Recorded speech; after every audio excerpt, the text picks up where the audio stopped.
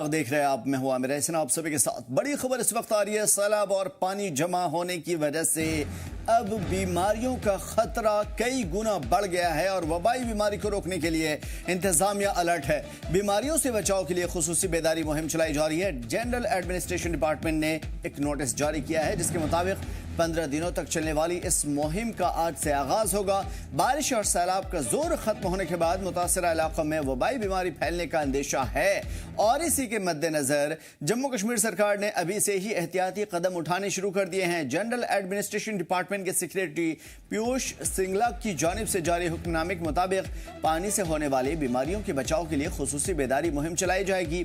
यानी कि लोगों को बताया जाएगा कि पानी कैसे पीना है, इस्तेमाल कैसे करना है, बच्चों को या घर में किस चीज के लिए कैसे इस्तेमाल की जा सकती है।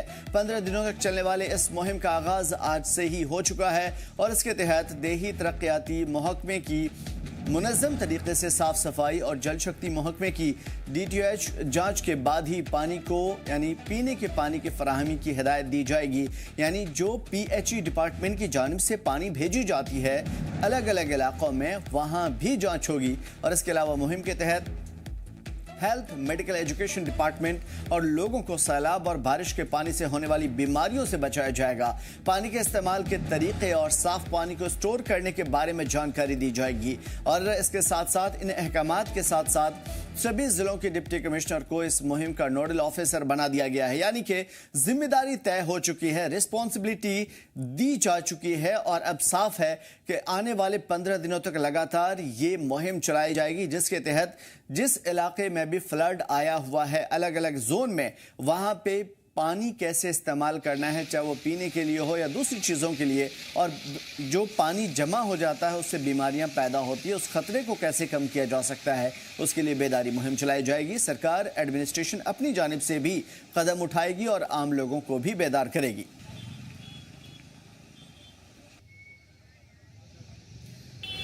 जम्मू कश्मीर के अलग अलग इलाकों में इस वक्त फ्लड बहुत बुरी तरीके से अलग अलग इलाकों को चपेट में ले रखा है और इस सैलाब ने न सिर्फ आम जिंदगी को दरहम बरहम कर रखा है बल्कि रोड ट्रांसपोर्टेशन, रेलवे और हवाई सफ़र पर भी इसका गहरा असर है। लेकिन आने वाले दिनों क्या आने वाले ख़तरों का क्या, जो इस पानी के ख़त्म होने के बाद, सैलाब के ख़त्म होने के बाद होना है। यानी इस वक्त भी जो आबादी जहाँ पे है वहाँ पे पीने की जो पानी है वो किस तरीके से इस्तेमाल की जाए, क्योंकि फ्लड का जो पानी होता है एक तो गंदा, दूसरी तरफ से अलग अलग जगह से आया हुआ पानी कंटेनमेंट से नहीं गुजरता है और जाहिर है कि इस तरह के पानी जब वो ज़मीन में जाते हैं ज़ेर ज़मीन और फिर वहाँ से ट्यूबवेल के ज़रिए या नलकों के ज़रिए या फिर समरसेबल के ज़रिए जिस तरीके से पानी निकाला जाता है, हर जगह एक ही गहराई नहीं होती। यानी एक पर्टिकुलर फिट जहाँ तक ये पानी जाता है, ज़मीन के अंदर समाता है, वहाँ से सिर्फ यही पानी वापस आता है और लोगों को बड़े पैमाने पर बीमार करता है। ख़ास तौर पे जल्द की बीमारी यानी कि स्किन डिसीज़ बहुत बड़े पैमाने पर होते हैं और पेट की प्रॉब्लम बहुत ज़्यादा होती है। ऐसे में बच्चों को महफूज रखना और बड़े लोगों को महफूज रखना बहुत ज़्यादा ज़रूरी है। यानी कि अगर ये सिचुएशन बनती है, यानी जो फ्लड जोन है उन इलाके में अगर सही तरीके से पानी लोग नहीं पिएं या सही तरीके से पानी का इस्तेमाल ना हो या उस पानी को कम से कम उबाला न जाए या दूसरे सही तरीके का इस्तेमाल ना हो, तो बड़े पैमाने पर बीमारी फैलेगी। सेकंड, जैसे ही ये पानी जमा होता है अपने अंदर ढेर सारे कचरे, गंदगी, और चूँकि अलग अलग इलाकों का ये फ्लड है तो अपने साथ बहुत सारी चीज़ें बहा करके लेकर के आता है और ये एक गड्ढे में जमा हो जाता है, जिसकी वजह से यहाँ पे कीड़े, डेंगू मलेरिया जैसी बीमारियां पैदा करती हैं। तो इससे साफ तौर पे यहाँ के रहने वाले, यहाँ के इलाकाई, यहाँ की आबादी बड़े पैमाने पर मुतासिर होगी और सैलाब से जिस तरीके से अभी परेशान हैं लोग, दोबारा एक नया सैलाब आएगा और वो होगा बीमारियों का।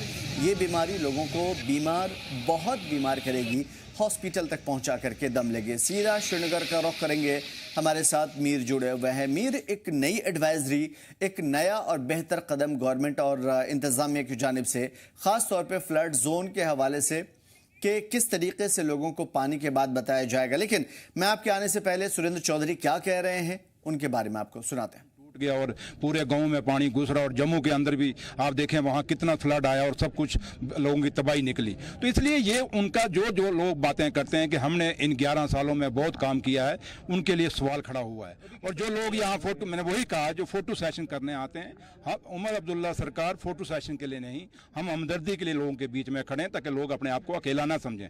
रही बात अब हम यही है कि पानी कम हो जाए और पानी रुके और लोगों उसके बाद इसके लिए एक पूरा का पूरा एक ऐसा नक्शा और खाका बनाया जाएगा जिससे लोगों को बार बार इन चीज़ों से ना जूझना पड़े। क्योंकि हम समझ सकते हैं, क्योंकि हम लोग बड़ा ग्रास रूट लेवल से उठ के आए हैं कि लोगों को कितनी मुश्किल होती है जब उनके घरों के अंदर पानी घुसता है। तो इसलिए हम इस दौर में अपनी जिम्मेदारी समझती है उमर अब्दुल्ला सरकार और पूरी कोशिश कर रहे हैं कि हम साहब यहाँ पर खुद मौजूद है। ये मुसीबत इसने खुद झेली है 2014 में। प्रिपरेशन या सवाल अभी उठे हैं, क्या कुछ हुआ है 2014? देखिए जनाब, ये प्रिपरेशन कोई 7-8 महीने साल में नहीं हो सकती थी। इसकी प्रिपरेशन जो है फ्लड के लिए तैयार रहना पिछले 11 साल का काम था। 11 साल पहले एक प्रॉपर फ्लड मिटिगेशन प्लान बना था। इसको दरिया को वसअत देनी थी, फ्लड चैनल को वसअत देनी थी, बाकी तदाबीरी काम करने थे, कुछ हुआ नहीं। उसकी वजह से अगर आप देख रहे हैं कि थोड़ी सी बारिश से भी पिछले 10 दिन में 2 दफा हमें सैलाब की जैसी सूरत हाल पैदा हुई। अब चूंकि चीफ मिनिस्टर साहब ने खुद मौके का जायजा लिया, वापस हम एक रिन्यूड फ्लड मिटिगेशन प्लान जो है वो तैयार करेंगे और उसको पहला ही ये एक ब्रीच हुआ, ये बदकिस्मती से हुआ, लेकिन कल शाम तक जितनी भी हमने कोशिश की थी, चीफ मिनिस्टर साहब ने खुद कोशिश की थी, हम लोग जगह जगह जाके जैसे हमारे अफसरान ने कोशिश की, लेकिन ये बदकिस्मती से एक ब्रीच हुआ जिसकी वजह से यहाँ आपने देखा कि इलाके जो है ज़ेर आब हो गए हैं। लेकिन आइंदा हम लोग चैन की नींद सोएं, उसके लिए एक तदाबीरी जो है प्रोग्राम अमलाया जाएगा और हमेशा जो है फ्लड का जो है कंट्रोल यहाँ किया जाएगा। अभी तो शुरू हुआ है, वो तो पहल तो जरूर होगी। गवर्नमेंट ऑफ इंडिया को भी खुले दिल से मदद करनी चाहिए और एक अल्टरनेट जो है फ्लड चैनल हमको लाजमी तौर पे शहर के लिए बनाना।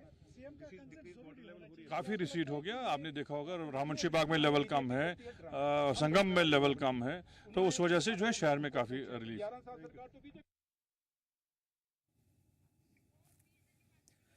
तो फिलहाल डिप्टी सीएम और सीएम के एडवाइजर खासतौर पे उन इलाकों का दौरा करते हुए नजर आ रहे हैं जहां पे इस वक्त काफ़ी ज़्यादा हालात ख़राब हैं।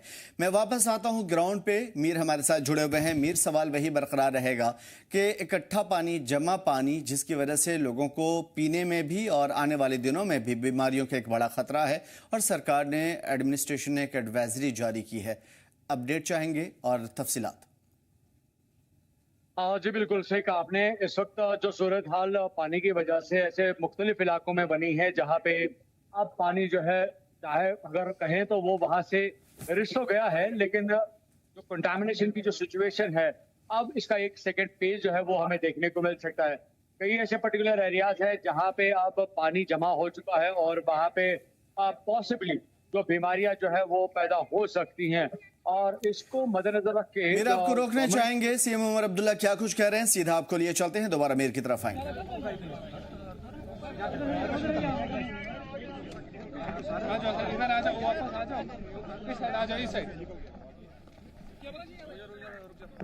तो साफ तौर पे CM Omar Abdullah, deputy CM Surinder Choudhary और उनके एडवाइजर नासिर असलम वानी, सभी के सभी इस वक्त उन मुतासरा इलाकों का दौरा कर रहे हैं जहां पे हालात काफ़ी ज़्यादा संगीन है। ना सिर्फ जम्मू बल्कि कश्मीर के भी अलग अलग इलाकों में ये तस्वीर सीएम के उस दौरे की है जहां पे वो अलग अलग इलाकों का रुख कर रहे हैं। हालात साफ तौर पे नज़र आ रहे हैं, लोगों की भीड़ देखी जा सकती है और परेशानी भी। मैं मीर आपकी तरफ आऊँगा, मैं चाहूँगा कि आप अपनी बात कंप्लीट करें। जी बिल्कुल, जिस तरह से अभी सूरत हाल यहाँ पे बनी है, हालांकि कई ऐसे इलाके हैं जहाँ से अब जो है पानी उतर चुका है, लेकिन जिस तरह की सूरत हाल वहाँ पे बनी है तो उससे बीमारियां लाहक हो सकती हैं, इसमें कोई शक नहीं है। इनफैक्ट अगर आप देखें तो जो पानी जब उन एरियाज में जो है जमा हो रहा है और ऐसी लोकेशंस पे जो है कीड़े पैदा हो सकते हैं, चाहे हम पानी की कंटामिनेशन की अगर हम देखें तो जी आपको मेरी आवाज आ रही है? जी हाँ मीर, सुन पा रहे हैं हम लोग, बताइए। जी बिल्कुल, क्योंकि ऐसे पर्टिकुलर जो एरियाज हैं जहाँ पे इस तरह के कीड़े बन सकते हैं या मॉस्किटोज बन सकते हैं, क्योंकि अभी समर का यहाँ पे टाइम है, तो ऑब्वियसली ज्यादातर जो है जल्द की बीमारियां अक्सर देखी जाती हैं जब भी किसी लोकेशन पे इस तरह के फ्लड की। आपको रोकना चाहेंगे मीर? सीएम उमर अब्दुल्ला क्या कुछ कह रहे हैं, मीडिया से खिताब कर रहे हैं, सुनाते हैं। लोगों को सही वक्त पे घरों से निकाला गया और जानी नुकसान नहीं हुआ, माली नुकसान हुआ है उसका, उससे कोई इनकार नहीं कर सकता। अब आगे जाके पहले तो हमें इस चीज का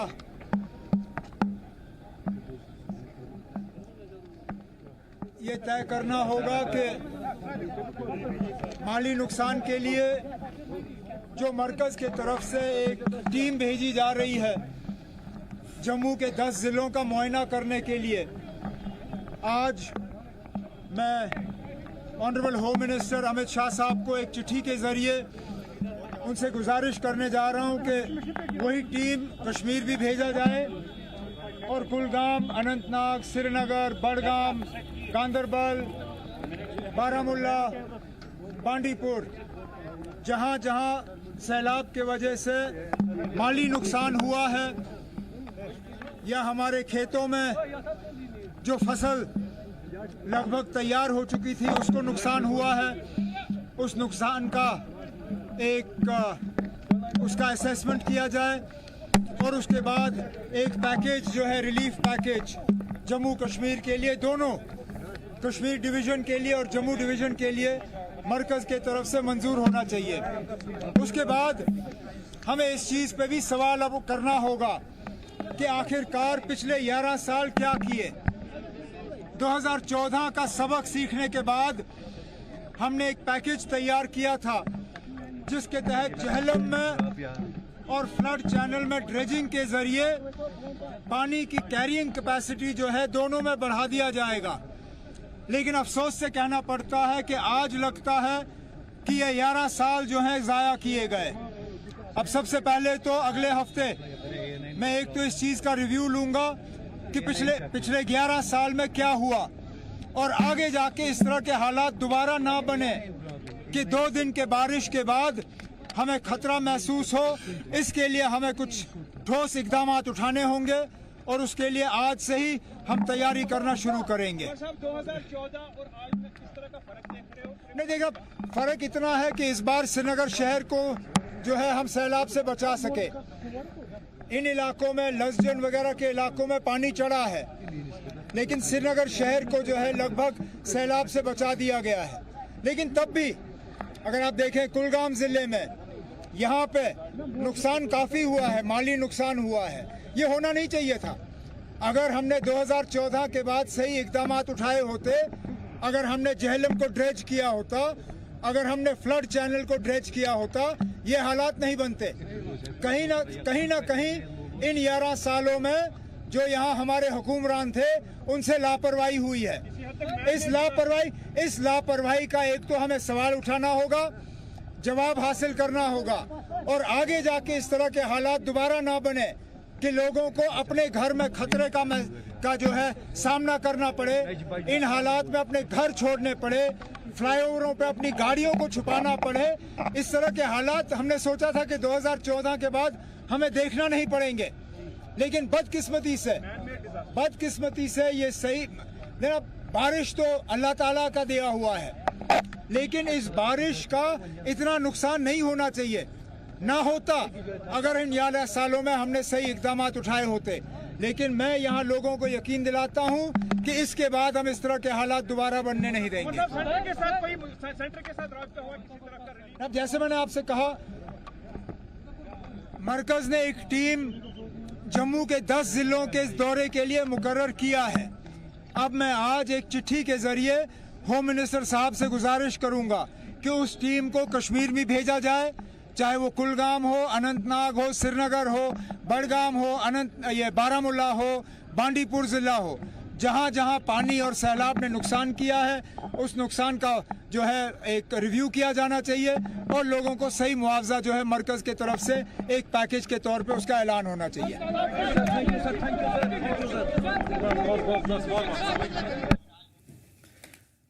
तो सीएम उमर अब्दुल्ला लगातार इल्जाम लगाते रहे पुराने गवर्नमेंट इंतजामिया के ऊपर कि आखिर इतने साल तक क्यों ऐसा हुआ कि पहले से तैयारी नहीं थी, और यही वजह है कि आज अगर ये सिचुएशन बनी है तो कहीं ना कहीं रिस्पॉन्सिबल वो लोग भी हैं जिन्होंने तैयारियां नहीं की थी। आज हमारे लोग अगर बर्बाद हुए या फिर हमारी ज़मीन है, हमारा कारोबार तहस नहस हुआ तो जिम्मेदारी उनके ऊपर भी आयद होती है। खैर, टॉपिक के ऊपर वापस आते हैं। इस वक्त जमा पानी से जो बीमारी का खतरा है और उसके लिए एडवाइजरी या बेदारी प्रोग्राम चलाने की कोशिशें चल रही है, उसके हवाले से ग्राउंड पे क्या कुछ नजर आ रहा है, क्योंकि आज से 15 दिनों तक ये बेदारी मुहिम चलाई जाएगी। मीर जी बिल्कुल, बिल्कुल सही कहा आपने। अगर आप देखेंगे तो रिसेंटली जो मेडिकल हेल्थ डिपार्टमेंट की जो मिनिस्टर हैं सकीना और उनके साथ सीएम की जो एडवाइजर हैं वो भी मौजूद थे। चाहे हम डिविजनल कमिश्नर की बात करें या आबिद की बात करें जो कि अभी यहाँ पे सेक्रेटरी मेडिकल हेल्थ है, उनकी अगर हम बात करें तो उनके हमरा उन्होंने कई बार जो है यहाँ के हॉस्पिटल्स का दौरा किया ताकि जो सूरत हाल अब जो है फ्लड के बाद यहाँ पे पैदा हो सकती है तो उससे कैसे निपटा जा सकता है। तो उसमें एक कड़ी ये भी है कि अब वो इलाके खासतौर पर जहाँ पे सैलाब आया था और वहां से अब पानी जो है वो निकल चुका है, लेकिन अब इसके बाद जो नेक्स्ट जो सूरत हाल जो है उन इलाकों में कैसी बन सकती है हेल्थ के हवाले से, उसको लेकर जो है उन इलाकों में जाके अब गवर्नमेंट लेवल पे इस तरह की बेदारी की जाएगी ताकि वो अगर वो कहीं पे पानी का इस्तेमाल करते हैं, क्योंकि हम मोस्टली अगर हम गांव देहातों की बात करते हैं तो वहां पे जो कुएं होते हैं उनका पानी इस्तेमाल किया जाता है, या जो नदी नाले जो छोटे होते हैं उनका जो है पानी इस्तेमाल किया जाता है, स्ट्रीम्स का पानी इस्तेमाल किया जाता है, स्प्रिंग्स का और जो वाटर जो है वो खाने पीने के लिए या बर्तन धोने के लिए या कपड़ों को साफ करने के लिए बहुत सारी चीजें हैं मीर जिसके लिए कंसर्न होना बहुत ज्यादा जरूरी है। खैर, इस वक्त सीएम भी नाराज नजर आए। जो अभी अपडेट सामने आ रही है उस हवाले से भी आपसे जानूंगा, बने रहिए हमारे साथ। झेलम में आए हुए सैलाब से लाल चौक, खान मार्केट, ये तमाम तरह इलाके जो बड़े बड़े इलाके हैं और बड़ी आबादी है, ये पूरा का पूरा पानी में डूबता हुआ नजर आ रहा है। इससे लोगों को परेशानी बढ़ती जा रही है। झेलम का पानी, सफा कदल, ये सारे के सारे खतरे के निशान से ऊपर पहुंच चुके हैं। निचले इलाकों में, दरिया किनारे, बस्तियों में पानी घुसने का खतरा और भी ज्यादा बढ़ गया है। सफा कदल, राजौरी कदल, नवाब बाजार, हब्बा कदल और डाउनटाउन के दूसरे इलाके जहां पे सबसे ज्यादा एक असर पड़ सकता है इन तमाम सिचुएशंस में। डिविजनल कमिश्नर कश्मीर अंशुल गर्ग ने बताया कि बडगाम में झेलम के तटबंध में दरारें आने की करीब 9,000 लोगों को महफूज जगह पे शिफ्ट कर दिया गया है। दरारें पड़ी थी, हमने खबरें दिखाई थी और उन्होंने कहा है कि हालात काबू में हैं और घबराने की जरूरत नहीं है, लेकिन 9,000 लोगों को शिफ्ट किया गया। कमिश्नर ने कहा कि मौसम बेहतर हुआ और संगम से लेकर के राम मुंशी बाग तक झेलम का पानी धीरे धीरे कम हो रहा है। श्रीनगर के कुछ निचले इलाके, खास करके लसजान में एहतियाती तौर पे कदम उठाए जा रहे हैं, लेकिन नुकसान वहां भी हुआ है। एसडीआरएफ, एनडीआरएफ की टीम लगी हुई है, पुलिस टीम राहत बचाव में लगी हुई है। इंतजामिया ने लोगों से अपील की है कि होशियार रहें, अफवाहों पर ध्यान न दें। मीर, आपकी तरफ सीधा सवाल यह है कि सिचुएशन क्या है और उसके लिए इंतजामिया जो दावे कर रहा है, क्या वाकई ये सारी चीजें ऑन ग्राउंड होता हुआ नजर आ रहा है, क्योंकि फ्लड जोन में अभी कुछ देर पहले आप थे। मीर और जो खासतौर पर अगर हम यहाँ पे एडमिनिस्ट्रेटिव लेवल पे देखें तो जितने भी कंसर्न डिपार्टमेंट्स थे उन्होंने बिल्कुल एक प्रॉपर एक मीटर्ड और मैकेनाइज्ड मैनर में जो है इन सभी सिचुएशंस को हैंडल किया है, टैकल किया है, जिससे हम जरूरी कह सकते हैं कि जो श्रीनगर सिटी का एक लार्जर जो एक पोर्शन जो है वो आज हमें ड्राई देखने को मिल रहा है। इनफैक्ट अगर आप मेरी जगह इस टाइम पे देखेंगे तो ये बिल्कुल श्रीनगर का एक ऐसा इलाका है जहाँ पे ऑल द टाइम जो है पानी रहता है, यानी कि मैं बिल्कुल इस टाइम पे श्रीनगर के डल लेक के किनारे पे मौजूद हूँ। जब झेलम की जो सतह है वो बढ़ती है तो उसका जो प्रेशर जो है कहीं ना कहीं पे हमें डल लेक में भी देखने को मिलता है। लेकिन आज रिमार्केबली ये देखा जा रहा है कि ना सिर्फ रिवर झेलम की जो सतह जो है उसको मेंटेन किया जा रहा है, बल्कि साथ साथ जो डल लेक का जो वाटर लेवल है उसको भी साथ साथ मेंटेन किया जा रहा है। और ये जो एक फिगर्ड जो एक तरीका इस्तेमाल किया गया है, जितने भी गेट्स झेलम और डल लेक को कनेक्ट करते हैं उन गेट्स को बिल्कुल राउंड द क्लॉक यानी कि 24 आवर्स उनको मॉनिटर किया जा रहा है ताकि किसी भी तरह का कहीं पे लूप नजर ना आए। अनफॉर्चुनेटली अगर आप देखें तो टेंगन का जो एरिया है जो कि श्रीनगर के आउटस्कर्ट्स में आता है, वो एक पोर्शन उसका पुलवामा के साथ जुड़ता है और दूसरा पोर्शन उसका बडगाम के साथ जुड़ता है। वहां पे एक माइनर ब्रीच हुआ जिसकी वजह से जो पानी जो है झेलम से उतर के वो बडगाम एरिया में शिफ्ट हो गया, जहाँ पे कुछ लोकल एरियाज है वो उससे मुतासिर हुए, लेकिन साथ में ही जो एसडीआरएफ की जो टीम्स हैं, जम्मू कश्मीर पुलिस की जो रेस्क्यू टीम्स हैं, एनडीआरएफ की जो टीम्स हैं, डिजास्टर मैनेजमेंट की जो अलग रेस्क्यू टीम्स हैं, उनको वहां पे डिप्लॉय किया गया ऑन द वेरी मोमेंट। जैसे ही पानी उस इलाके में दाखिल हुआ था तो वहां से उन लोगों को जो है सेवर लोकेशन पे इवैक्यूएट किया गया था। हालांकि मैंने वहां के लोकल से बात की तो उनका मानना है कि रात के 4 बजे जो है अचानक से उनको एक आवाज सुनाई दी और विद इन नो टाइम और 1 घंटे के आसपास जो है वो पूरा एरिया जो है पानी के जद में आ गया था, लेकिन उन्होंने लकीली अपनी जान बचाई थी और जो माल मवेशी उनके घर में थे उनको भी बचाने की उन्होंने कोशिश की थी। हालांकि आज की अगर हम सूरत हाल देखें तो सिंस मॉर्निंग सभी डिपार्टमेंट जो है जो इसके साथ कंसर्न है वो ऑन टोज हमें काम करते हुए नजर आए। चाहे हम हाई लेवल ऑफिसर्स की बात करें या जो ग्राउंड लेवल पे काम करते हैं उनकी अगर हम बात करें तो टीम्स को हर जगह पे डिप्लॉय किया गया था। और वही एक बड़ी वजह है कि किसी भी जगह पे अभी तक कोई ऐसी इंफॉर्मेशन सामने नहीं आई है जहां पे हम ये कह सके कि कहीं पे कोई जानी जो नुकसान जो है वो हुआ है। हालांकि इसमें कोई शक नहीं है कि जब पानी किसी एरिया में दाखिल होता है तो वहां के लोग जो है वो अपने आप को वहां से एलोकेट या रिलोकेट कर सकते हैं, लेकिन अपने मकानों को वहां से उनको जो है वो शिफ्ट नहीं कर सकते। तो डेफिनेटली जो एक इफेक्ट जो है वहां पे उन मकानात पे तो पड़ेगा, डेफिनेटली उसमें कोई शक नहीं है। बट एक मेजर एक जो अचीवमेंट जो है गवर्नमेंट की यहाँ एडमिनिस्ट्रेशन की वो ये है कि किसी भी तरह का जो जानी जो नुकसान है वो कहीं पे भी अभी तक देखने को नहीं मिला है। और जो पानी इस टाइम पे पुलवामा डिस्ट्रिक्ट से क्रॉस करके जो टेंगन का जो एरिया है अभी बडगाम एरिया में जा रहा है, तो उस पानी को जो है अभी डायरेक्टली फ्लड चैनल की तरफ जो है उसको मूव किया जा रहा है सो दैट कि जो एक पैडी फील्ड जो है और टेंगन एरिया का वो किसी भी तरीके से आप जो है ज्यादातर उसमें नुकसान ना हो जाए। हालांकि अगर आप प्रीवियस कुछ रिपोर्ट्स मेरी देखेंगे तो आपने देखा होगा कि जो लजन का जो एरिया है वो मेन एरिया है जो कि एक रिवर झेलम के साथ बिल्कुल सटा हुआ है। और वहां पे अगर हम फीट्स की फर्क देखें तो वहां पे हमें सिर्फ 2-3 फीट का फर्क नजर आ रहा है। और अगर वो 2-3 फीट का वाटर लेवल रेज होता है तो वो ऑब्वियसली लजन एरिया को हिट कर सकता था। बट कल से जो है यहाँ पे बारिशें नहीं हो रही है जिसकी वजह से जो श्रीनगर का जो वाटर लेवल है वो कहीं ना कहीं पे डाउन होता हुआ नजर आ रहा है। और जो प्रीवियसली बारिशें साउथ कश्मीर में हुई थी अब वो वाटर लेवल भी कहीं ना कहीं पे जो है रिसीडिंग में नजर आ रही है। इनफैक्ट जब हमने 10 बजे आज मॉर्निंग में रिपोर्ट किया था तो लोकल से जब मेरी गेट के पास जो है बातचीत हुई थी तो उन्होंने कहा कि 8 इंच का जो फर्क जो है वो कहीं ना कहीं पे अब इस टाइम पे करंटली देखने को मिला था। ये सुबह के 10 बजे का अपडेट था। तो ऑब्वियसली अभी तक की जो सूरत हाल जो है वो एक बज़ाहिर तौर पर ऐसा अंदाजा लगाया जा सकता है कि अब जो है रिवर झेलम की जो सतह है वो काफी कम हो चुकी होगी। और यानी उम्मीद अफजा खबर आ रही है और यही वजह है कि इन तमाम तर चीजों में हालांकि हालात बिगड़े थे लेकिन अब ये उम्मीद की जा सकती है आने वाले कुछ घंटों या फिर शायद एक दिन के लिए कि हालात बेहतर होंगे अगर बारिश या इस तरह की चीजें नहीं हुई तो। नजर बनाए रहिए मीर, अपनी हिफाजत भी करिए। बहुत बहुत शुक्रिया तमाम तर मालूमात के लिए। उधर मरकजी सरकार की 7 मेंबरान की हाई लेवल की टीम दिल्ली से जम्मू पहुंची। ये टीम वजारत दाखिला की तरफ से भेजी गई है। 7 सितंबर तक जम्मू रीजन के अंदर सभी जिले 1-2 नहीं बल्कि 10 जिलों का दौरा करेगी और ये टीम जमीनी हालात का जायजा लेगी, कितना नुकसान हुआ, क्या कुछ हुआ। हाल ही में बादल फटने और भारी बारिश से आए सैलाब और लैंडस्लाइड से हुए नुकसान की रिपोर्ट तैयार करेगी। और आज इस टीम ने जम्मू, सांबा और कठुआ का दौरा किया था। एनडीएमए के सलाहकार कर्नल केबी सिंह की निगरानी में ये टीम जिले के मुख्तलिफ बाढ़ मुतासर इलाकों का मुआयना करती नजर आ रही है। मुआयने के दौरान टीम के साथ जिला इंतजामिया के सीनियर अफसरान भी मौजूद रहे। आपको बता दें कि 5 सितंबर को उधमपुर, रियासी और रामबन, 6 सितंबर को किश्तवाड़ा और डोडा जबकि 7 सितंबर को राजौरी और पुंछ का दौरा होगा। इसी शाम टीम दिल्ली लौट जाएगी और अपनी रिपोर्ट सेंटर को देगी।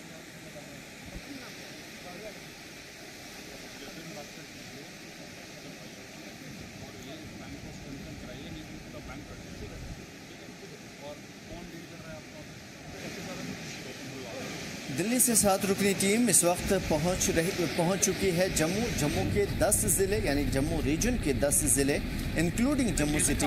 यहाँ पे हालात का जायज़ा लिया जाएगा। ख़ास तौर पे जो फ्लड आया है अलग अलग जगह पे या क्लाउड बस्ट हुए हैं, जो नुकसानात हुए हैं, लोगों के आशियाने उजड़ गए हैं, लोगों की ज़िंदगी ख़त्म हो गई है। ख़ास तौर पे किश्तवाड़ और कटरा जैसे इलाकों में ट्रेनें रद्द हो गई हैं, पटरियाँ उखड़ गई हैं, रोड टूट गए हैं, पुल ढह गए हैं या फिर हाईवे जगह जगह से टूट करके बिखरे पड़े। इन तमाम तर चीज़ों का जायज़ा लिया जाएगा।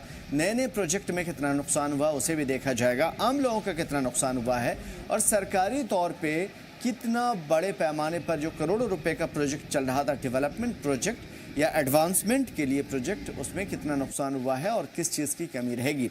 सवाल यह है कि इन तमाम तर चीज़ों का फ़ायदा क्या। 7 रुकनी टीम यहाँ पे इन इलाकों में अलग अलग दौरा करके क्या रिपोर्ट तैयार करेगी और उसके बाद का क्या। जवाब यह है कि ये रिपोर्ट जब तैयार होगी तो अंदाज़ा लगाया जाएगा कि कितना नुकसान हुआ है और सेंटर को उसी हिसाब से राहत पैकेज देने में आसानी होगी। यानी साफ तौर पे वहाँ से राहत पैकेज यानी सेंटर की जानिब से भेजा जाएगा, क्योंकि अभी फ़िलहाल पंजाब, जम्मू कश्मीर, लद्दाख, हिमाचल प्रदेश और इस तरह की कई ऐसी जगह, इवन दिल्ली, ये तमाम तर जगहों पे इस वक्त फ्लड और इस तरह की सूरत हाल है। तो मांग तो ये चल रही थी कि पूरा नेशनल डिज़ास्टर घोषित किया जाए जम्मू कश्मीर के लिए, लेकिन अभी चूंकि जम्मू कश्मीर ही नहीं बल्कि पंजाब भी मुतासिर है, दिल्ली भी मुतासिर है और हिमाचल भी मुतासिर है, हर जगह टीम जा रही है। इस वक्त जम्मू कश्मीर की जो खबर है वो ये कि 7 टीम जम्मू कश्मीर आ चुके हैं, यहाँ पे अलग अलग ज़िलों का दौरा करेगी, वहाँ के नुकसानात का जायज़ा लेगी और उसके बाद एक रिपोर्ट तैयार करके फौरी तौर पर जाके सेंटर को देगी। ये सेंटर उसके हिसाब से एक पर्टिकुलर अमाउंट लोकेट करेगी और उसके बाद वो अमाउंट कंसर्न डिपार्टमेंट एडमिनिस्ट्रेशन या सरकार को जाएगा और उसके बाद वहाँ से डिस्ट्रीब्यूशन होगा और दूसरा जो अमाउंट होगा वो यहाँ के जो भी प्रोजेक्ट चल रहे थे उसके ऊपर लगाए जाएंगे। ख़ासतौर पे जो गवर्नमेंट की बने हुए सड़कें होती है, चाहे वो ग्रामीण सड़क योजना हो या national highway authority of India के अंडर में आने वाली तमाम तर सड़कें, उसके अलावा रेल ट्रांसपोर्टेशन के अलावा आम लोगों का छोटा छोटा नुकसान, लोगों का घर गिरना, बागात तबाह होना, खेती बाड़ी, ये एक एक चीज़ ये रिपोर्ट में शामिल की जाती है और उसके हिसाब से फिर बजट दी जाती है और लोगों तक पहुंचाने की कोशिश होती है। कोशिश इस वजह से कि ये जो अमाउंट सेंटर की तरफ से या स्टेट की जानिब से लोगों को भेजी जानी होती है, आम तौर पे इल्ज़ामात के तहत ऐसा कहा जाता है ये अमाउंट उन लोगों तक नहीं पहुंच पाता सही तरीके से। यही वजह है कि आज दिन भर हमने लोगों की परेशानियों को दिखाया और ये भी बताया कि कितने करोड़ का नुकसान हो सकता है।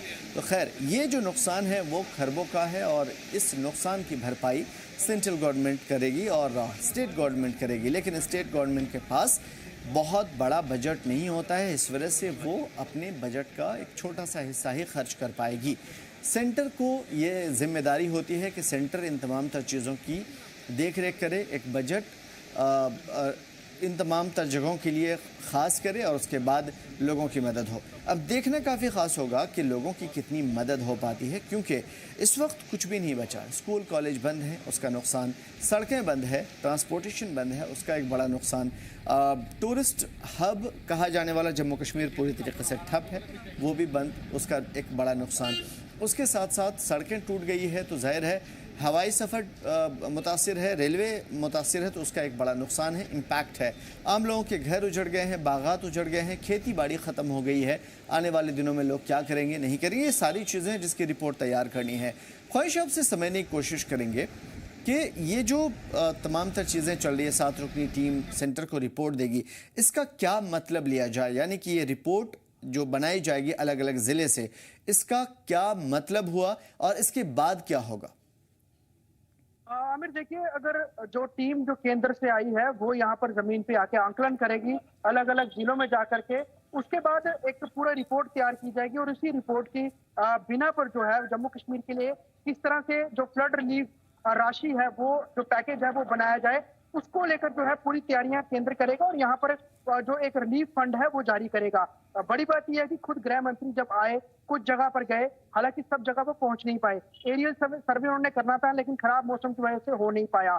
जम्मू संभाग के जितने भी जिले हैं, किश्तवाड़ ले लें, डोडा ले लें, उधमपुर, रामबन, जम्मू, सांबा, कठुआ, रियासी, पुंछ, तमाम जिले जो हैं वो डिस्टर्ब थे भारी बारिश से, फ्लड से। तो ऐसे में ग्राउंड रिपोर्ट असेसमेंट बहुत ज्यादा जरूरी है, जिसके ऊपर ही पूरी जो है रिलीफ जो है उसकी अमाउंट बन की आएगी, क्योंकि क्या नुकसान हुआ, कितना नुकसान हुआ, सरकारी कितना नुकसान हुआ है, प्राइवेट प्रॉपर्टी कितनी गई है, एग्रीकल्चर लैंड कितनी गई है, सब आंकलन के बाद जो है एक मोटा मोटा पैकेज बन के तैयार आएगा और जिसकी लोगों को जरूरत भी है और उसी जरूरत के मुताबिक लोगों को जो है पैसे आवंटित भी किए जाएंगे। अब बड़ी बात यह है कि जो टीम है वो हर एक जिले में जाएगी और हर वो जगह तक पहुंचने की कोशिश करेगी जहां पर भारी नुकसान हुआ, कहीं क्लाउड बर्स्ट हुए, कहीं मड स्लाइड आए, कहीं लैंड स्लाइड आए, सड़कें बह गई, पुल टूट गए, बहुत नुकसान हुआ है। आप कहें कि जम्मू कश्मीर में जब एंट्री करनी है माधोपुर से, रावी दरिया ने वहां बहुत नुकसान किया है, उच्च दरिया ने नुकसान किया है, बसंतर ने नुकसान किया, तवी ने, चनाब ने, सबने नुकसान किया है। तो ओवरऑल हर चीज को देखकर ही रिलीफ के लिए जो एक रिपोर्ट है वो तैयार होगी, फिर उसके बाद जो है जम्मू कश्मीर के लिए रिलीफ आएगी। तो आप कह सकते हैं कि ये बहुत इंपॉर्टेंट है इस टीम का विजिट। और इसके बाद ये भी माना जा रहा है कि कई जो केंद्रीय मंत्री हैं वो भी आ सकते हैं, जिसमें कि जो बिजली मंत्रालय है उसके मंत्री और साथ ही साथ जो जल शक्ति मंत्री, उनका भी आना हो सकता है, क्योंकि जो इंफ्रास्ट्रक्चर डैमेज हुआ है वो इंफ्रास्ट्रक्चर भी उन मंत्रियों को देखना बहुत ज्यादा जरूरी है, जो कि केंद्र के अंदर कई सारी परियोजनाएं जम्मू कश्मीर में चल रही है, तो उनको वो आकलन करना है। तो वो चीजें देखकर ही उसको भी रीडेवलप करने के लिए या कितना सुधार करना है, उसके लिए भी अलग से बजट जो है वो बनाने पड़ेंगे। तो जितना भी नुकसान हुआ है बहुत, इसके लिए मैसिव रकम चाहिए उसको रीडेवलप करने के लिए, रिकंस्ट्रक्ट करने के लिए। तो केंद्र जब तक पूरी तरह से आश्वस्त नहीं हो जाता कि कितना डैमेज हुआ है, किस तरह की राशि देनी है, तब तक यकीनन यहाँ के लिए कोई बड़ी राशि का अनाउंसमेंट नहीं होगा। लेकिन ओवरऑल जब टीम आई है वो बहुत कुछ यहाँ पे एनालाइज करेगी, बहुत कुछ सीखेगी, और उसी के बिना पर ही सब कुछ जो है आगे आने वाले समय में जम्मू कश्मीर को हासिल होगा, चाहे वो रिलीफ फंड है या फिर अन्य कोई और मदद है। जी हाँ, बड़ी बात यह है कि इन तमाम तर चीज़ों के हवाले से देखना काफ़ी खास होगा कि कितना कुछ नुकसान हुआ है और कितना बजट आता है और लोगों तक कितना पहुंच पाता है। नज़र बना रही है ख्वाहिश। तमाम तर जानकारी के लिए बहुत शुक्रिया। उधर लगातार बारिश और लैंडस्लाइड के चलते 2 दिनों में बंद पड़ी हुई तारीखी मुगल रोड पर आज ट्रैफिक बहाल कर दिया गया, जिससे मुसाफिरों को थोड़ी राहत मिली, क्योंकि अल्टरनेट रूट है ये और इसके अलावा दूसरा कोई रास्ता नहीं। इंतजामिया के मुताबिक सड़क से मलबा गिरते पत्थरों को हटाने के लिए मशीनरी को लगाया गया था, जिसके बाद हल्की गाड़ियों को आवाजाही के लिए इजाज़त दी गई। हालांकि इंतजामिया ने मुसाफिरों से सतर्क रहने की अपील की है, क्योंकि बीच बीच में जब भी पत्थर गिरने का खतरा बना हुआ है, वहीं दूसरी ओर वादी के बाकी हिस्सों में, वादी के अलग अलग हिस्सों में ख़ास तौर पे मुल्क के दूसरे हिस्सों से जोड़ने वाली जो सड़क है, यानी national highway 44 Srinagar Jammu national highway, अब भी लैंडस्लाइड, धंसी सड़कों और फिसलन की वजह से बंद पड़ी है। इन हालात को देखते हुए बहाली का काम बड़ी ज़ोर शोर से चल रहा है। मुगल रोड के खुलने से मुकामी लोगों को, फ्रूट प्रोड्यूसर्स को कुछ राहत ज़रूर मिलेगी, लेकिन उन्होंने मांग की है कि भारी वाहनों को, ख़ासतौर पर फलों से भरे हुए ट्रक्स को आगे बढ़ने की इजाज़त दी जाए। उनका कहना है कि जब नेशनल हाईवे 44 बंद है तो सिर्फ हल्की गाड़ियों को इजाज़त देना किसानों और कारोबारियों की माली मुश्किलात को और भी बढ़ा देगा।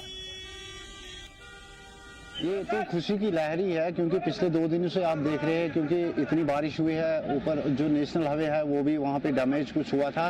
तो यहाँ पे एक जगह पे लैंडस्लाइड आई थी, तो खुद डिस्टर मॉनिटर कर रहे थे, तहसीलदार साहब खुद, पुलिस डिपार्टमेंट के कुछ अफसरान खुद मॉनिटर कर रहे थे। आज सुबह 6 बजे से ही डिस्टर लगे हैं, तहसीलदार साहब लगे हैं, तो आज इन्होंने इसको क्लियर किया है। कम से कम 1:30 बजे इन्होंने रोड को क्लियर किया है। खाली लाइट मोटर व्हीकल्स यहाँ पे अभी जा सकती है, क्योंकि गाड़ियों का अभी, बड़े गाड़ियों के लिए उनको डीजल लेना पड़ेगा, क्योंकि रोड में अभी उतनी कंडीशन नहीं है।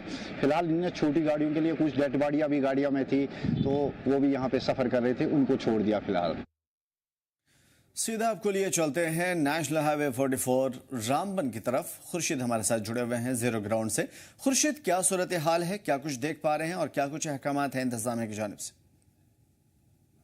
जिस तरह लगातार तेज बारिशों के कारण जो है जम्मू श्रीनगर कौमी शाहरा पे मुख्तलिफ इलाकों पे जो है बड़े बड़े पत्थर और लैंडस्लाइड हुई, मडस्लाइड रोड पे आई, जिसकी वजह से जम्मू श्रीनगर कौमी शाहरा पे काफी जगहों पे जो है नुकसान हुआ है। बहुत सारे ऐसे जगह है जहाँ पे बिल्कुल सड़क जो है वो ढह गई है और कई प्रोटेक्शन वाल जो है बड़े बड़े पत्थरों से है वो डैमेज हो गई।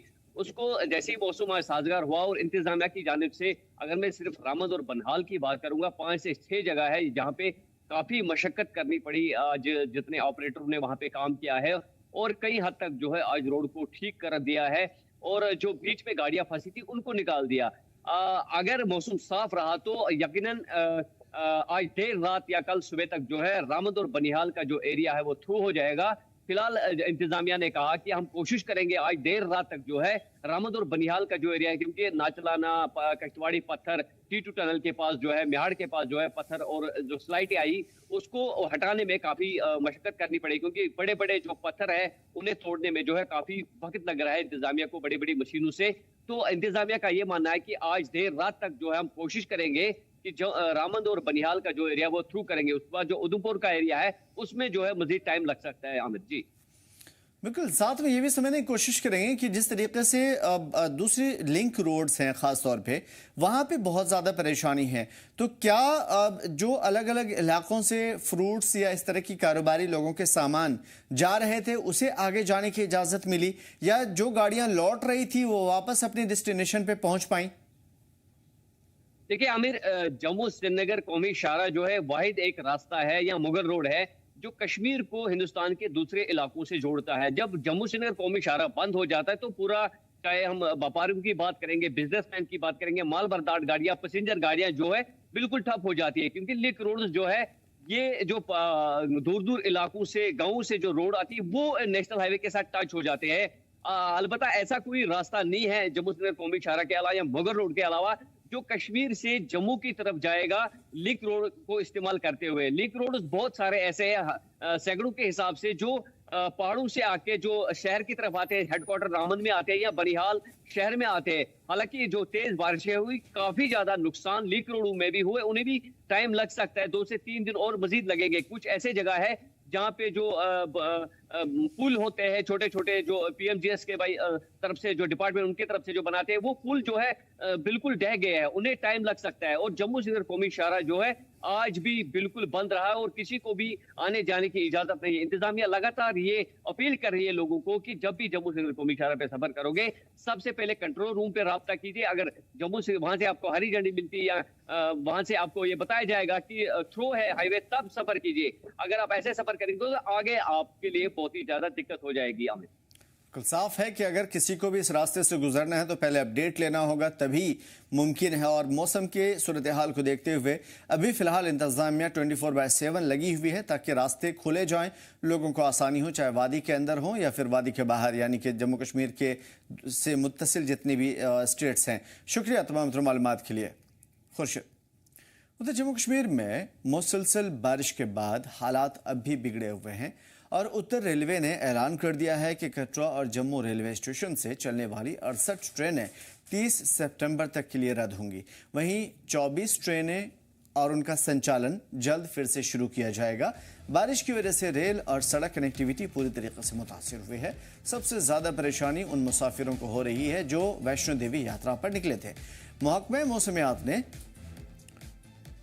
महकमे मौसमियात के मुताबिक जम्मू रीजन में 1910 के बाद ये सबसे बड़ा भयावह सूरत हाल है बारिश का। 380 मिलीमीटर तक बारिश रिकॉर्ड की गई है, जो कि बेहद खतरनाक लेवल है।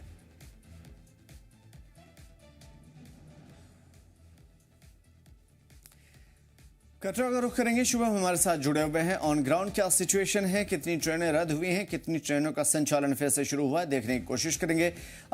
शुभम, अपडेट चाहेंगे सबसे पहले आपसे।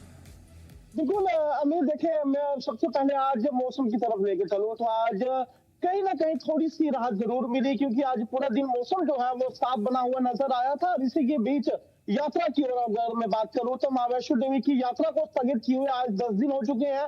लगातार कई दिनों से बारिश हो रही थी, उसके बाद बोर्ड प्रशासन के द्वारा यह फैसला भी लिया गया। इसके बाद अब अहम सवाल जो आपके द्वारा रखा गया, भारतीय रेलवे।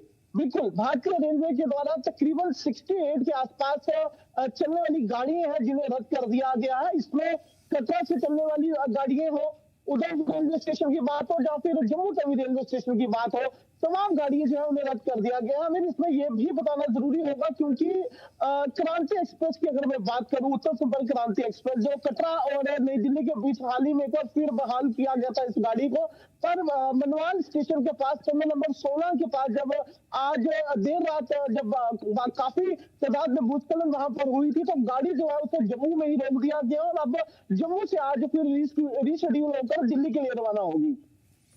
बिल्कुल, उसके साथ साथ क्या आने वाले दिनों में, क्योंकि कई सारी ट्रेनें रास्ते में रुकी हुई थी, क्या आने वाले दिनों के लिए कोई भी ऐसी सिचुएशन बन पा रही है या रास्ते को दुरुस्त करने की कोशिश हो रही है कि जैसे नॉर्मल संचालन था ट्रेनों का दोबारा से बहाल हो पाए? बिल्कुल देखिए, सिर्फ कटरा या जम्मू की ही अगर मैं बात करूं तो यहाँ पर उत्तर नहीं होगा, यहाँ पर पंजाब की भी बात करना जरूरी होगा, क्योंकि जितनी गाड़ियां रेलगाड़ी का सफर हो या फिर गाड़ियों से आने वाली अपनी गाड़ियों से अगर हम लोग जम्मू में आना हो तो हमें पंजाब से होते हुए ही आना होता है। तो पंजाब में भी हालत जो है काफी ज्यादा पहले से खराब हो चुकी है।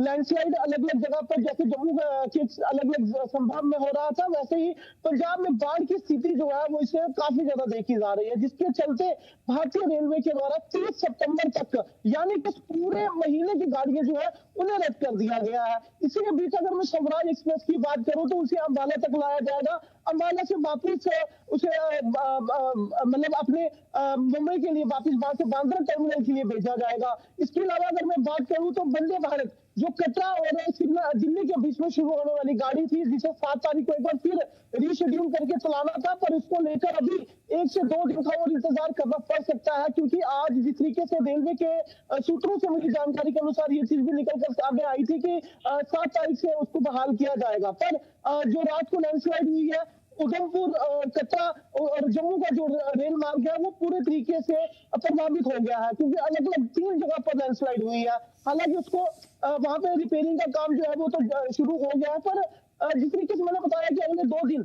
और ज्यादा मौसम कल और परसों फिर खराब होगा, तो थोड़ा अभी इंतजार करना पड़ सकता है कि कब तक भारतीय रेलवे के द्वारा रेलों को लेकर नई एडवाइजरी जारी होगी। खासतौर पे शुभम आपसे समझने की कोशिश करेंगे, बहुत सारे लोग जो माता वैष्णो देवी के दरबार में पहुंचते हैं, अभी कुछ खबर निकल करके आ रही थी कि कुछ लोग फंस गए हैं अभी भी अलग अलग इलाकों में। उन लोगों का क्या बना? क्या उनको अलग अलग इलाकों जहां से वो आए थे उन्हें भेज दिया गया, या फिर अभी फिलहाल वो वहीं हैं, मौसम की सूरत हाल के बाद वहां से निकाले जाएंगे? मां वैष्णो देवी की यात्रा को स्थगित किए आज 10 दिन से ज्यादा हो चुके हैं। काफी ज्यादा श्रद्धालु थे जो उस समय यहाँ पर थे, क्योंकि जब भूस्खलन हुई थी 34 श्रद्धालुओं की उसमें मृत्यु भी हो गई थी। उसके बाद बोर्ड के द्वारा निर्णय जब लिया गया तो ज्यादातर श्रद्धालु जो है वो अपने घरों की ओर रुख कर गए हैं। हाँ, कुछ यात्री जरूर कटरा में थे जिनका आज भी यही कहना है कि जब तक मां वैष्णो के दर्शन नहीं होंगे वो अपने घर की तरफ नहीं जाएंगे। बहुत से ऐसे लोग हैं जो अभी भी होटलों में इस चीज का इंतजार कर रहे हैं कि यात्रा खुलेगी तो मां वैष्णो देवी के दर्शन करेंगे। इसके अलावा सारे यात्री जो है वो ज्यादातर अब जैसे 2 दिन पहले कि अगर मैं बात करूं तो जम्मू रेलवे स्टेशन से 2 गाड़ियों को रवाना किया गया था। विशेष तौर से नई दिल्ली के बीच अनारक्षित गाड़ी को चलाया गया था, जिसमें काफी ज्यादा श्रद्धालु जो कटरा में रुके हुए थे वो जम्मू तक गए, जम्मू से उसमें बैठ के सफर तय किया। इसके अलावा बनारस की गाड़ी की बात करूं या फिर कोलकाता एक्सप्रेस की बात करें, जिसे आमतौर पर जेलम के नाम से भी जाना जाता है, ये तमाम 3 गाड़ियां थी जिन्हें रीशेड्यूल करके भेजा गया था, ताकि जो लोग यहाँ पर फंसे हुए थे वो जल्द से जल्द अपने घरों में पहुंच सके। इसको लेकर एक अहम कदम उठाया गया था भारतीय रेलवे के द्वारा। एक बड़ी चीज आपसे समझने की कोशिश करूंगा शुभम, चूंकि कटरा से श्रीनगर या फिर कटरा से दिल्ली या फिर पंजाब का जो रूट है, ये इन तमाम तर जगहों पे अभी जो हम देख पा रहे थे फ्लड की वजह से ट्रेन की पटरियां उखड़ गई थी या फिर पुल तबाह होने के कगार पे थे या तबाह भी हो रहे थे। क्या कटरा की तरफ आने वाली जो ट्रेनें हैं किसी भी तरह की इस तरह के हादसे का शिकार हुई या किसी भी तरह के पुल डैमेज होने की खबर आई है, या इस तरह की कोई भी सिचुएशन रेलवे की जानिब से बताई गई हो?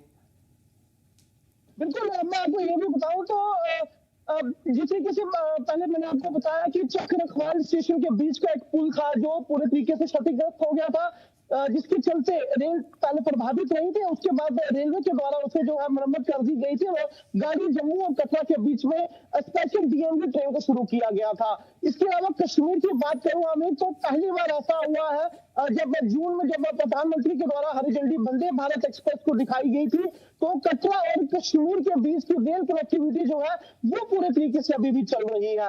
आज की बात करें तो कुछ समय पहले जब दोपहर को यहाँ से वंदे भारत रवाना हुई तो उसमें निश्चित से तो दूल्हे राजा बैठ के रवाना हुए हैं। जब उनसे बातचीत की तो उन्होंने भारतीय रेलवे के साथ साथ माननीय प्रधानमंत्री जी का शुक्रिया भी किया।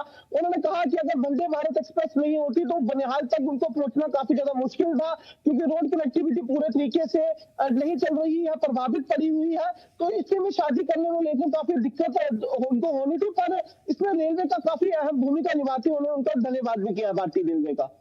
बिल्कुल, बड़ी बात यह है कि इस वक्त जम्मू कश्मीर के अंदर जो सूरत हाल है कटरा रूट पे कई ट्रेनें रद्द हुई हैं, लेकिन फौरी तौर पे संचालन के लिए कोशिशें लगातार चल रही है और जैसे ही मौसम की सूरत हाल दुरुस्त होती है ये तमाम तर ट्रेनें दोबारा से चलनी शुरू हो जाएंगी। बहुत शुक्रिया तमाम तर मालूमात के लिए शुभम और तमाम तर जानकारी के लिए। तो फिलहाल जम्मू कश्मीर की जो सूरत हाल है, खासतौर पर फ्लड इलाकों में जम्मू कटरा रूट की 68 ट्रेनों को रद्द किया गया है और उसके साथ ये ट्रेनें आने वाले दिनों में करीब 15 से 20 दिन और लगेंगे, ये ट्रेनें नहीं चल पाएंगी। अभी 10 दिनों से माता वैष्णो देवी का दरबार बंद है क्योंकि लैंडस्लाइड की वजह से वहां पे 34 लोगों की मौत हो गई थी और उसके बाद दोबारा से मरम्मत का काम शुरू हुआ था।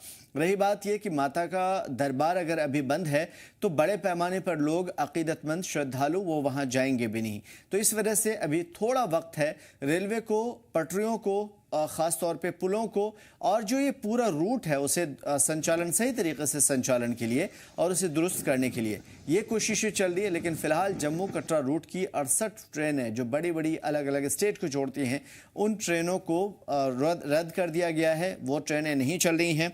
कुछ ट्रेनें चल रही हैं जिसे फौरी तौर पे आगे बढ़ाने के लिए हिकमत अमली तैयार की जा रही है और जैसे ही मौसम की सूरत हाल दुरुस्त होती है फौरी तौर पे ये ट्रेनें अपने तय सीमा पर एग्जैक्ट टाइम पर जिस पे वो चला करती थी चलनी शुरू हो जाएंगी।